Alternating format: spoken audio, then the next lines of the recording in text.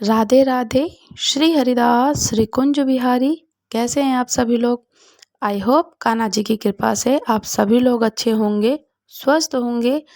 लाडली श्री जी का पंचामृत स्नान होगा, उनका वस्त्र होगा, साथ ही साथ में हम एक सुंदर सी चर्चा और ठाकुर जी की बाल लीलाएं, ठाकुर जी की लीला को श्रवण करेंगे और कथा को पूर्ण सुनिएगा तो आनंद बहुत आएगा, बहुत ज़्यादा आनंद आएगा कि इतना सुंदर आनंद है लाल जी का। हमेशा ना बहुत आनंदित होकर के श्रवण कीजिएगा। और इतना सुंदर कथा कि गिरिराज जी की कथा है। गिरिराज जी में झाड़ू लगाने वाला, उसके मन की इच्छा थी कि मैं तो कभी दर्शन कर ही नहीं पाऊंगा ठाकुर जी के। क्यों? क्योंकि गिरिराज जी के पर्वत के ऊपर हमेशा श्रीनाथ जी का मंदिर है और वहाँ पे चढ़ने की अनुमति हमेशा ब्रजवासी ब्राह्मण लोगों को ही अनुमति थी, और किसी को अनुमति थी नहीं ऐसी कि वहाँ पर चढ़ कर के जा सकें। तो वहीं बैठा बैठा सीढ़ियों पर चढ़कर बैठा रहता, ठाकुर जी की शिखर की ओर देखता और मेरी भक्ति कब ऐसी होगी कि मैं कब आपके दर्शन कर पाऊंगी। जब कुंभन दास आदि अष्ट सखा आपका श्रवण करते हैं, आपके कमल नयन, आपके सुंदर चितवन है, आपकी ठोड़ी पर हीरा है, आप कपाट पहनते हैं, आपकी एक भुजा ऊपर एक भुजा आपकी कटी में है। जब इस स्वरूप का हम श्रवण करते हैं तो दर्शन की बहुत इच्छा होती है कन्हैया। लेकिन इस जन्म में मैंने तो ऐसे कुल में जन्म लिया है कि मैं तो कभी ऊपर आऊँगा ही नहीं, आ ही नहीं पाऊँगा। प्रभु, मैं प्रतीक्षा करूँगा एक जन्म की, ताकि मैं आपको दर्शन कर पाऊँ कि इस कुल में जन्म लिया है। मैं प्रतीक्षा करूँगा आपकी कि पूरे गिरिराज में झाड़ू की सेवा ही इसलिए कर रहा हूँ कि ताकि इसके फल की रूप में जो मुझे जन्म मिले तो ब्रजवासी के रूप में मिले और मुझे सेवा करने का मौका मिले और मैं भी ऊपर श्रीनाथ जी के पास आ सकूं और आपके दर्शन कर सकूं। पर ठाकुर जी तो इतने निष्ठुर हैं नहीं कि एक जन्म के लिए इंतजार करवाएंगे उसको दर्शन करने के लिए, ऐसा तो है ही नहीं। जब गोविंद स्वामी ठाकुर जी का दर्शन करने के लिए आए तो जैसे ही गोसाई जी थोड़े इधर उधर हुए तो ठाकुर जी ने चुपके से इशारा कर दिया कि गोविंद सुन, आज मैंने राजभोग नहीं पाया है। इशारा कर देते हैं तो गोविंद स्वामी बोलते हैं क्यों नहीं पाया? कि मेरी आज दाल बाटी खावे की इच्छा हो रही है। गोविंद स्वामी बोलते हैं कि कल बताते तो मैं दाल बाटी सिद्ध करके ले आते, कि मंदिर में नहीं खाना मुझको, तेरे कदम खंडी में खाना है। वो पूछते कि मंदिर में नहीं खाना, कहाँ खाना है? तो तेरे कदम खंडी में खाना है और फिर तेरे कदम खंडी में खाऊंगा। कदम खंडी में यानी कदम के पेड़ के नीचे, ऐसा बोलते हैं ठाकुर जी। तो कदम के नीचे बैठ के बढ़िया गरम गरम बाटी बना करके घी में बोर कर अपने हाथन से मुंह को पवैयो। ऐसा गोविंद स्वामी धीरे से बोलते हैं कि गोसाई जी को पता चल गई तो? अरे नहीं पता चलेगी, मैं पीछे से खिड़की से कूद के आ जाऊंगा। ठाकुर जी बोल रहे हैं अरे तू विलम्ब मत कर, अब तू जल्दी भाग और अपने कदम खंडी में भाग जा। गोविंद गोस्वामी जी की खंडी आज भी है वहाँ पे गिरिराज जी में। गिरिराज जी में ना जब आप उनकी परिक्रमा करो तो आपको वहाँ दर्शन होंगे गोविंद कदम खंडी के। जब भी ठाकुर जी के दर्शन करने लाओ तो आप हमेशा अंदर से परिक्रमा लगाएंगे। जब अंदर से परिक्रमा, अंदर से यानी कि भीतर से परिक्रमा लगाएंगे तो उसमें 2-3 फायदे हैं। क्या? कि पहले तो ब्रज की रज अपने ऊपर लगती रहेगी, दूसरा गिरिराज जी के दर्शन होते रहेंगे, तीसरा ठाकुर जी के साथ साथ सुंदर सुंदर इतनी लीला स्थानों का दर्शन होगा कि आनंद ही आनंद हो जाएगा। गोविंद कदम खंडी, गोविंद कुंड आ जाएगा, ठाकुर जी के अनन्य लीलाओं के दर्शन होंगे। और सबसे अच्छी बात यह कि ठाकुर जी के समीप चलोगे। कई बार ऐसा होता है कि आप चल रहे हो, ना आगे कोई ना पीछे कोई। हो सकता है कि जब हम अकेले चलें तो क्या पता ठाकुर जी हमारे पीछे से या श्याम सुंदर दास जी आ जाए और आकर के मिलन कर ले हमसे। तो भीतर की परिक्रमा करनी चाहिए अंदर से। बाहर से करने का एक अलग आनंद है पर अंदर से करने का एक अलग आनंद है। तो ऐसे ही करना है। तो जब दान घाटी से नीचे उतरते तो गया प्रसादी जी की घाटी है, तो वहाँ पर कच्ची परिक्रमा बनी हुई है, तो वहाँ पे चलते चले जाना तो अपने आप ही भीतर भीतर पूरी परिक्रमा लग जाएगी। ये आपको रास्ता बता दिया है। साथ ही साथ में ठाकुर जी ने अब गोविंद स्वामी जी को बोला कि जाओ आप दाल बाटी सिद्ध करो, हम आ रहे हैं। अब राजभोग के बाद में ठाकुर जी के कपाट बंद कर दिए। गोसाई जी सेज वगैरह सजा करके जाते हैं कि ठाकुर जी आराम करेंगे, क्योंकि नित्य रात्रि शयन करते हैं। पर ठाकुर जी तो आज जंगले में से निकल के भागने वाले थे और भाग गए। और बाहर जैसे ही आए तो ठाकुर जी ने देखा क्या कि जो झाड़ू लगाने वाला था नीचे गिरिराज जी के, वो झाड़ू लगा रहा था। वो पर्वत जी को जैसे झाड़ू लगाता पर्वत के नीचे तो ऊपर ऊपर देखता, और जैसे ही उसने क्या करा कि वो ऊपर देखता था ठाकुर जी के शिखर पे हमेशा झाड़ू लगाता। अब पर्वत के नीचे झाड़ू लगाता लगाता ऊपर देखता रहता था। जैसे ही ऊपर दृष्टि की तो ठाकुर जी का टिपारा एकदम से चमक रहा था। जैसे ही उसने देखा कि ठाकुर जी को, मतलब वो देखते ही उसकी नित्य यही लीला थी, यही कार्य था कि वो ब्रज में हमेशा झाड़ू बुहारन का ही कार्य करते थे। और झाड़ू लगाते थे तो वो अपने हमेशा शिखर पर ही निहारते रहते थे ताकि उनको ठाकुर जी के दर्शन हो जाए। कब देखेंगे, कब मिलेंगे, और बड़े से होकर के अपना आनंद लेते थे। तो ठाकुर जी की उनको टपारी दिख जाती है एकदम से, जो कि हीरा दिख जाता है। तो बोलता है ये कौन है, देखता है एकदम से। ठाकुर जी ने ऊपर से उसको देखा और ऊपर से ही चिल्लाने, अरे भैया कोई आओ, कोई जल्दी आओ, मेरे पाँव में कांटा लग गया है, या को निकाल के जाओ। लीला कर रहे हैं कि मुझे बहुत कष्ट हो रहा है, अरे भैया कोई तो आओ। और उसने जो झाड़ू लगाता कि थोड़ी पे हीरा चमक रहा है, इतनी गले मालाएं हैं। तो वो कहते हैं कहीं ये तो श्रीनाथ जी तो नहीं, कहीं ये लीला तो नहीं। मैंने सुना है कभी कभी लीला की इच्छा होती है तो मंदिर से बाहर आ जाते हैं। अरे धन्य भाग मेरे, धन्य भाग मेरे कि आज मोह के दर्शन हो रहे हैं। नीचे से ही दंडवत करने लगा, जय हो भगवत प्रणाम, कि मेरा प्रणाम को स्वीकार करो। ठाकुर जी कहते अरे बावड़े वहीं से प्रणाम करेगा, मेरे पाँव में कांटा लग गया, या को निकाल बे के काजू को ऊपर आवेगा, ऊपर आ जल्दी, ऐसा बुलाते हैं। जो झाड़ू लगाने वाला है, मैं यदि ऊपर चढ़ गया, मुझसे अपराध हो गया और कोई न देख ले तो मुझको बहुत मारोगे, बहुत मारेगा। बोलो कि ऊपर चढ़ने के लिए अपराध मानना, जब तेरे सामने ठाकुर जी के पाँव में कांटा लग गया तो वो को निकालने का तेरे को अपराध नहीं है, अरे जल्दी आ, विलंब मत कर, मेरे पाँव के कांटे को निकाल दे। ठाकुर जी बोल रहे हैं झाड़ू लगाने वाले से। उसने चारों तरफ देखा कि कोई देख तो नहीं रहा है। ठाकुर जी जब कृपा करते हैं ना किसी पे तो पूरी वर्षा ही कर देते हैं, और वह दौड़ करके ऊपर चढ़ जाता है झाड़ू लगाने वाला। जैसे जैसे निकट पहुंच रहा है, जैसे निकट पहुंचता है तो सुंदर सुंदर उनके सुंदर मुखमंडल को देखता है तो बार बार मूर्छित हो जाता है, कहीं मैं मूर्छित ना हो जाऊं। बार बार अपने मस्तक को पकड़ अपने आप को संभाल कर जैसे तैसे करके ऊपर पहुंचता है। कह रहे ठाकुर जी बोलते हैं, कह रहे बाबरे तेने बहुत देर कर दी, कि जल्दी आ, मेरा कितना तेज कांटा लगा है और तूने बहुत देर कर दी आने में। ठाकुर जी बोलते हैं कि मुझे मत देख, पाम को देख जल्दी हैं। तो ठाकुर जी यहाँ तो कोई कांटा नहीं है। जैसे उसने पाँव को देखा तो इसी बहाने ठाकुर जी के चारों चरण यानी अत्यंत कोमल चरणों को अपनी भुजा से स्पर्श कर रहा था वो झाड़ू लगाने वाला व्यक्ति।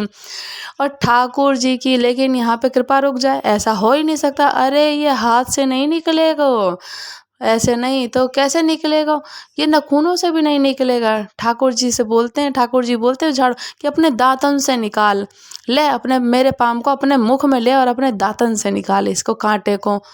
और झाड़ू लगाने वाले व्यक्ति के नेत्र सजल हो गए। ठाकुर जी ने उसके सर को पकड़ लिया कहीं हम गिर न जाएं, और उसके सर को पकड़ के बैठ जाते हैं। और वो व्यक्ति ठाकुर जी के सुंदर चरणों को अपने मुख में लेकर के ठाकुर जी के छोटे से एकदम से कांटे से निकालने की करता है कोशिश, और वो निकाल रहा है। ठाकुर जी की हमेशा ऐसे करके उनकी लीलाएं चल रही हैं, और ठाकुर जी लीला ना करें ऐसा नहीं हो सकता। ठाकुर जी हमेशा ऐसी ही लीला करते हैं, और कभी ना कभी तो मन से ये अनुभूति हो ही जाती है कि ठाकुर जी की कृपा होगी। और इस संसार में ऐसा कोई है ही नहीं कि मैंने ठाकुर जी की कृपा का अनुभव नहीं किया है। और हर कोई ऐसा व्यक्ति है कि ठाकुर जी की अनुभूति करता है। अब यहीं पे कृपा नहीं रुकती है, उससे कहने लगे चल अब रोना धोना बंद कर, तूने मेरे को देख लिया ना कि ठाकुर जी आप बहुत सुंदर हो, आपके सुंदर मुखमंडल को देख करके इतना आनंद हो रहा है ना कि अब चल नीचे बैठ जा। ठाकुर जी बोलते हैं क्यों, मैं तेरे कंधे पे बैठूंगा, मैं तेरे कंधे पे बैठूंगा, और मुझसे चले नहीं जा रहा, मुझ को कंधे पे बिठा करके कि ले चल गोविंद गोस्वामी की कदम खंडी पर, वहाँ दाल बाटी खाएंगे। ठाकुर जी कह रहे हैं झाड़ू लगाने वाले व्यक्ति से, और इतना आनंदित हो गए हैं गोविंद स्वामी ने देख लिया तो बहुत मारेगा, बहुत गुस्सा करेगा। गोविंद स्वामी ने अगर देख लिया तो ठाकुर जी बोलते कि मैं हूँ ना, कुछ नहीं कहेगा, चल मैं देखता हूँ। तो ठाकुर जी को अपने कंधे पे बिठा करके दोनों भुजाओं से अपने उनके चरणों को पकड़ के, और ठाकुर जी ने उसके सर को पकड़ा और लेकर के जा रहा है गीत गोस्वामी जी के कदम खंडी। और पूरे गिरिराज की परिक्रमा में ठाकुर जी को अपने कंधे पे लेकर के घूम रहा है। और इतना आनंद आ रहा है, इतना आनंद कि ठाकुर जी लीलाएं करते थे। 400-500 साल की पहले की ही बात है ये। ठाकुर जी ने देखा कि जैसे ही कदम खंडी आ रही, अब रुक जा, अब मोको यहीं रुक जा, मोको यहीं उतार दे, तो इस पेड़ के पीछे छुप जा, और गोविंद स्वामी देखेगा तो नाराज हो जाएगा। ठाकुर जी को उतार करके और वो तो छुप गए और ठाकुर जी चले गए। लीलाएं चल रही हैं। और गोविंद गोस्वामी जब चला गया तो वहाँ जा कर के बैठ कर के गोविंद गोस्वामी कदम खंड की दाल बाटी बढ़िया से खूब खाया है। तो ठाकुर जी को जब याद आया कि हमारा सारथी है, वो भी भूखा जो पेड़ के पीछे छुपा, अब क्या करें। ठाकुर जी, अरे गोविंद, भोज तो आज तो बहुत भूख लग रही है, थोड़ी और बाटी सेक। बोले लाल जी, आपकी खुराक जितनी है उससे ज़्यादा तो आपने खा लिया। तो कहते नहीं, मुझे तो और लग रही है, और लग रही है भूख, और लेकर क्या। तो ठाकुर जी उस धीरे धीरे ऐसे पाते जा रहे, पाते ही जा रहे हैं, और थोड़ा थोड़ा सा दूर पत्तल में रखते जा रहे, पत्तल में रखते जा रहे हैं। जैसे घी उठाने जा, मैं तो कहते कहाँ गई, तो मैं तो खा गया। नेक सो तो था हमारा मुखमंडल, और इतनी बड़ी बाटी खा कैसे रहे हो। गीत गोविंद बोल रहे हैं। बोले खाने कैसे कैसे खाए हो जाए, या से कोई मतलब ना होना चाहिए, बस तू खाना दे मोको। ठाकुर जी क्या कर रहे थे कि अपने सारथी के लिए वो चुरा रहे थे, उसके लिए जो उनके साथ झाड़ू लगाने वाला आया था उसके लिए चुरा रहे थे। भरते भरते इतना हो गया कि ठाकुर जी की जेब फूल गई और खूब सारा भर लिया उन्होंने। ऐसे ही जैसे ही ठाकुर जी उठे, अभी तो साधारण दिख ही रहे थे, अब उनकी जेब फूलने की वजह से उनका जो पीताम्बरी वस्त्र था और चौड़ी हो गई। तो गोविंद स्वामी बोले कि ये आपका रूप कैसे बदल गया, पीताम्बरी इतनी बड़ी बड़ी कैसे लग रही हैं। ठाकुर जी कछु ना, अरे दिखाइए दिखाइए, देखे। जैसे ही जेब देखी तो सारी बाटी जेब में रखी थी। तो बोलते हैं गोविंद स्वामी कि किसके लिए लेके जा रहे हो। ठाकुर जी बोलते हैं कहाँ बताएं कौन के काजे ले जा रहे हैं भाई। ए हे, एक हमारा चेला वाके काजे ले जा रहे हैं। कौन सा चेला, मुझको बताओ, तुमको मेरी सौगंध है, बताओ सही सही बताओ। ऐसा बोलते हैं गोविंद स्वामी जी। अब ठाकुर जी तभी बता देते हैं कि देख वो पेड़ के पीछे बैठा है और वो है गो राम राम राम। गोविंद स्वामी बोलते झाड़ू लगाने वाला, अरे यहाँ को तो गिरिराज पर्वत पर चढ़ने की अनुमति नहीं है और इसका अधिकार नहीं है, और यहाँ को गोद में बैठ कर के आए हो आप, तुम पे तो चले जाए ना इतना, तुम तो महान आलसी हो। ऐसा कह रहे हैं गीत गोविंद जी हैं। और फिर उसके बाद में आप बोल रहे हो कि आप इसकी गोद पे यही की गोद पे बैठ कर, अरे अब मैं क्या करूं, तुम तो विचार ही ना करो, शुद्धता को अशुद्धता को अनेक विचार ना करते हो। अरे गोविंद स्वामी, भले शरीर से अपवित्र होगा उसका, पर मन से बहुत पवित्र है वो। मुझे शरीर की पवित्रता नहीं चाहिए गोविंदा, मुझे तो हृदय की शुद्धता, हृदय की पवित्रता चाहिए। तो सोच सोच मतलब सोच जो होती है ना हमारी, वो पवित्र होनी चाहिए। बाहर की पवित्रता एक बार को ना हो, लेकिन अंदर की पवित्रता हमेशा होनी चाहिए। तभी ठाकुर जी अपने आप दर्शन देते हैं। तो गोविंद स्वामी कहते हैं कि तुम तो अब गिरिराज जी पे बात पे चढ़ोगे, पहले गोविंद कुंड में नहाओगे। ठाकुर जी बोलते हैं कि गोविंद स्वामी बोलते हैं कि पहले गोविंद कुंड में नहाओगे। तो ठाकुर जी बोलते हैं कि मुझे ठंड में मत नला, मुझे ठंड लग जाएगी। हैं, ठाकुर जी बोल रहे हैं कि जाड़े का दिन है, मुझे मत नला। तो गोविंद स्वामी बोलते हैं कि अच्छा ठीक है, नहाओ मत, आचमन कर लो।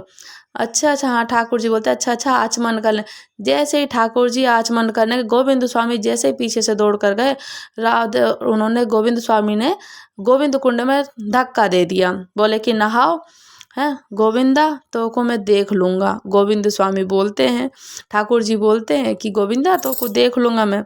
तो ऐसी ऐसी सोच कि बाहर की पवित्रता जो है वो विशेष है, बाहर की पवित्रता भी ठीक है कि होनी चाहिए उस समय, पर मन की पवित्रता ज़्यादा होनी चाहिए। मन के पवित्र से शुद्ध रहना चाहिए। जो विशेष ध्यान है कि मन हमेशा पवित्र होना चाहिए, अप्रसन्न होना चाहिए, तब उसका कोई और स्पर्श ही ना कर सके।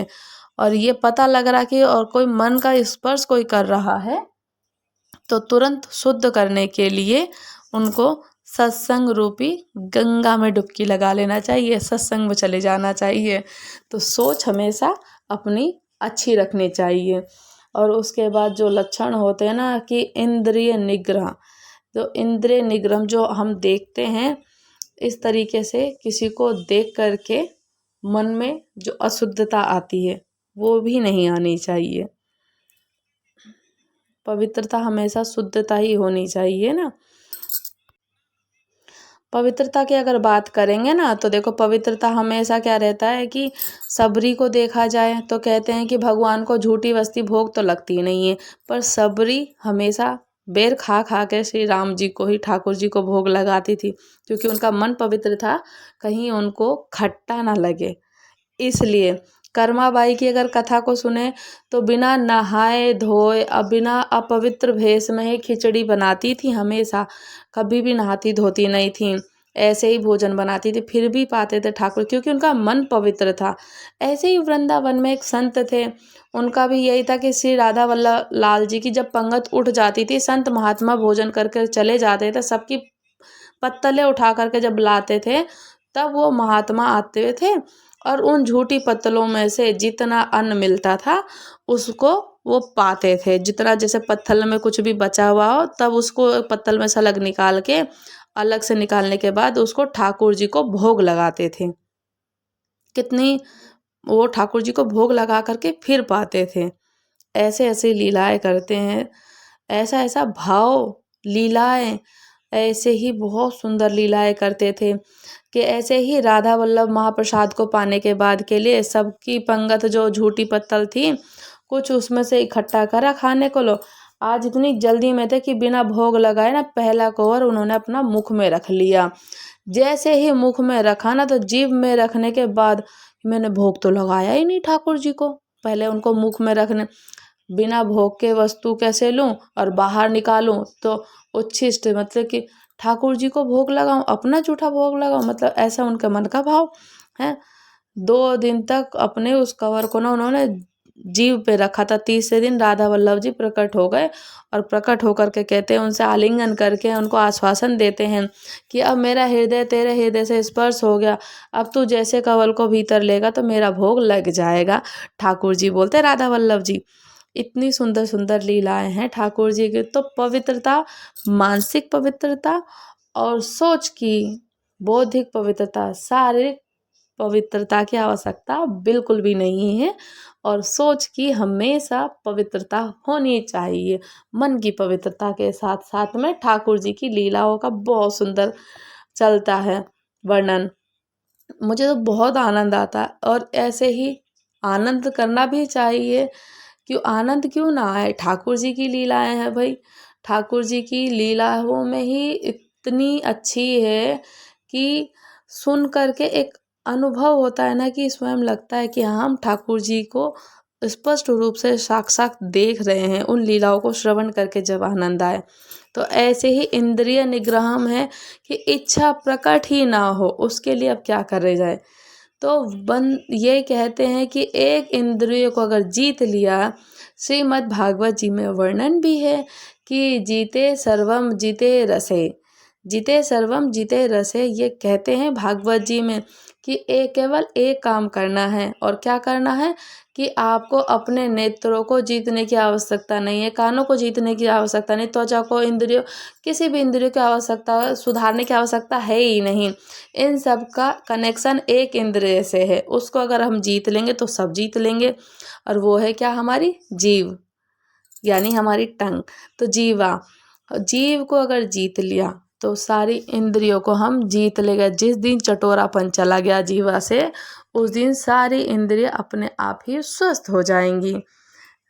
ठीक है तो ऐसा करना चाहिए। जब तक जीव के स्वाद नहीं जाएगा ना तब तक हमारी बाकों की इंद्रियां जो है ना वो विकृत होती ही रहेंगी। सो ठाकुर जी ऐसे ही बहुत सारी लीलाएं करके बताते हैं, इसलिए अपनी रसना को हमें जीत लेना चाहिए।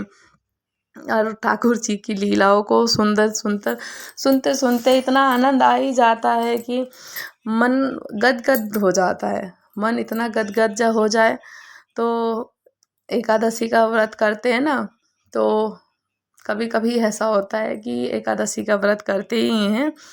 ठाकुर जी को एकादशी का व्रत लगता है हम करते हैं, पर उनको तो हम अपने लाल जी को तो नहीं करते हैं ना व्रत, उनको तो भोग लगाते हैं। तो ठाकुर जी का प्रसाद अगर जिससे ना व्रत हो सके तो जो ठाकुर जी को भोग लगाओ, तो उनको ठाकुर जी को प्रसाद पवा लो, अपने आप भी खुद पा लो। ऐसा होता है। तो आनंद ही आनंद है हमेशा। जिस व्रत को करने से शरीर ही अस्वस्थ हो जाए तो व्रत मत करो। एकादशी की बहुत बड़ी महिमा है। अगर आप कर सकते हो तो आप करो, लेकिन व्रत केवल एक इंद्रिय का नहीं होना चाहिए, हमेशा सारी इंद्रियों का होना चाहिए। सबसे बड़ी जीभ, क्योंकि जीभ ऐसा है, नेत्र भी ऐसा है, आँखों को देख करके वो मिलता है ना कि एक आँख को व्रत रख लिया पर आँखों से देख लिया और नाक से सूंघ लिया, जीभ से मतलब मुंह में पानी आ जाए, तो इस प्रकार से वो व्रत ना खंडित माने जाते हैं। तो हमेशा व्रत को ना कभी भी ठाकुर जी के लिए ऐसे ही रखना चाहिए कि व्रत लगे कि हाँ व्रत किया है हमने, और अपनी सोच से व्रत होता है, ना कि उस तरीके से व्रत होता है कि हम लोगों ने दिखाने के लिए व्रत किया है। तो हमेशा अगर आपसे पूरी एकादशी नहीं होती है मत करो, बट आप एक एकादशी कर लो। हमेशा क्या है कि पूरी एक ही एकादशी में आप समझ लो कि अगर आप अपने कान से कर सकते हो, कान में क्या सिर्फ ठाकुर जी का ही श्रवण करना है और ठाकुर जी का ही कथा सत्संग वर्णन लीलाएं सुननी है, तो आप लाल जी की लीलाओं को श्रवण कर लो। ऐसे करेंगे तो और आनंद हो जाएगा। ऐसे करते करते ठाकुर जी बहुत सुंदर लीलाएं करते हैं भाई। और हमेशा कहते हैं ना कि एकादशी के व्रत की महिमा बहुत सुंदर है, वर्णन है। तो मैंने तो लाला को जब भी व्रत करो और लीलाएं सुनो श्रवण करो, तो हमेशा हमेशा यही होना चाहिए कि मन का भाव कि हम अपने लाला को, जो व्रत की एकादशी का व्रत करते हैं ना, कहते हैं कि अगर आप किसी और को समर्पित करते हो, ठाकुर जी को समर्पित करते हो, तो वो आपको उसका 1000 गुना फल प्राप्त मिलता है। तो जब भी हम अपने लाल जी के लिए व्रत करें तो हमेशा ठाकुर जी को ही समर्पण कर देना चाहिए, ताकि लाला वो संभाल करके रखे और उसको आगे आने वाले टाइम के लिए वो हमें जो फल देते हैं ना बहुत अच्छा मिलता है। भक्ति में कुछ ना कुछ नया करना चाहिए। रोज रोज, क्योंकि देखो भगवान जी को हम दाल चावल खिलाएंगे तो वो हम भी तो उब जाते हैं ना, रोज रोज कुछ भी खाते हैं। तो रोज एक जैसी भक्ति ना करके कुछ नए नए करो लाला के लिए, कुछ कुछ नया नया करो कि लाला ठाकुर जी भी सोचे कि आज क्या नया करेगा। भगवान को भी प्रतीक्षा होनी चाहिए कि आज ये क्या करने वाला है, कि मैं देखूँ तो सही क्या ये कैसी भक्ति करेगा, कैसा भोजन पकाएगा, तो किस प्रकार के मुझे वस्त्र धारण कराएगा, किस प्रकार की मुझसे लीलाएं होंगी। तो ठाकुर जी भी हमारा इंतजार करें, ऐसा होना चाहिए। तो आनंद आता है, फिर ऐसा लगता है कि ठाकुर जी हमारे समक्ष में है और ठाकुर जी भी लीलाएं कर रहे हैं और ठाकुर जी भी हमारे साथ हमारे समक्ष हैं। इसीलिए लाला को किसी भी प्रकार से आप कर सकते हो। तो मुझे तो बड़ा आनंद आ रहा है भाई लाला जी की लीलाओं को सुनने में, श्रवण करने में। और आपको मैं बता रही, अगर आपके कोई प्रश्न है तो आप वो भी पूछ सकते हैं। देखिए प्रश्न तो पूर्ण रूप से ऐसे पूछेंगे तो भी सारी वही कथाएं हैं, और कथाओं को श्रवण करते करते इतना आनंद हो रहा है कि हमारी उसी चर्चा में ना ठाकुर जी के वर्णन को गान करते करते सारे मन का संशय भी दूर हो जा रहा है। तो इसी प्रकार से आप अपने प्रश्न रखिए और मैं आपको उत्तर देती रहूँगी।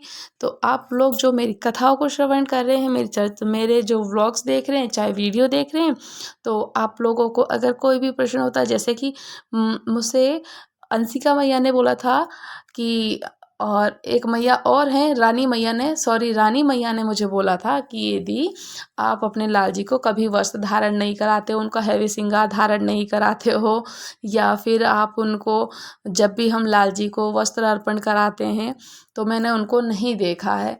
बट मैं देखिए उनको वस्त्र धारण कराती हूँ, उनका श्रृंगार भी कराती हूँ। सुबह क्या होता है कि इतना समय हो जाता है, इतना समय कि उनके लिए ना मैं अगर सुबह अगर वीडियो बनाऊँ या उनको रेडी कराऊँ तो मेरे घर के काम काज नहीं निमट पाते हैं, मेरे किचन के काम जो होते हैं वो नहीं, क्योंकि ठाकुर जी में थोड़ा समय लगता है। तो जब मैं ऑल काम से ठाकुर जी को पहले भोग प्रसादी कर देती, स्नान वगैरह करा देती हूँ, उसके बाद उनके मैं साथ श्रृंगार में लगती हूँ, फिर करती हूँ। सो स्पेशली आपके लिए मैंने ये श्रृंगार रेडी करते हुए और कथा को चर्चा करते हुए, बातों को रखते हुए अपने भाव भी बताए हैं, आपकी बात भी रखी है और थोड़ा सा लाला की लीलाओं का भी गान किया है। सो आप मुझे कमेंट करके बताना कि आपको लाला की लीलाएं कैसी लगी हैं। राधे राधे। श्री हरिदास श्री कुंज बिहारी।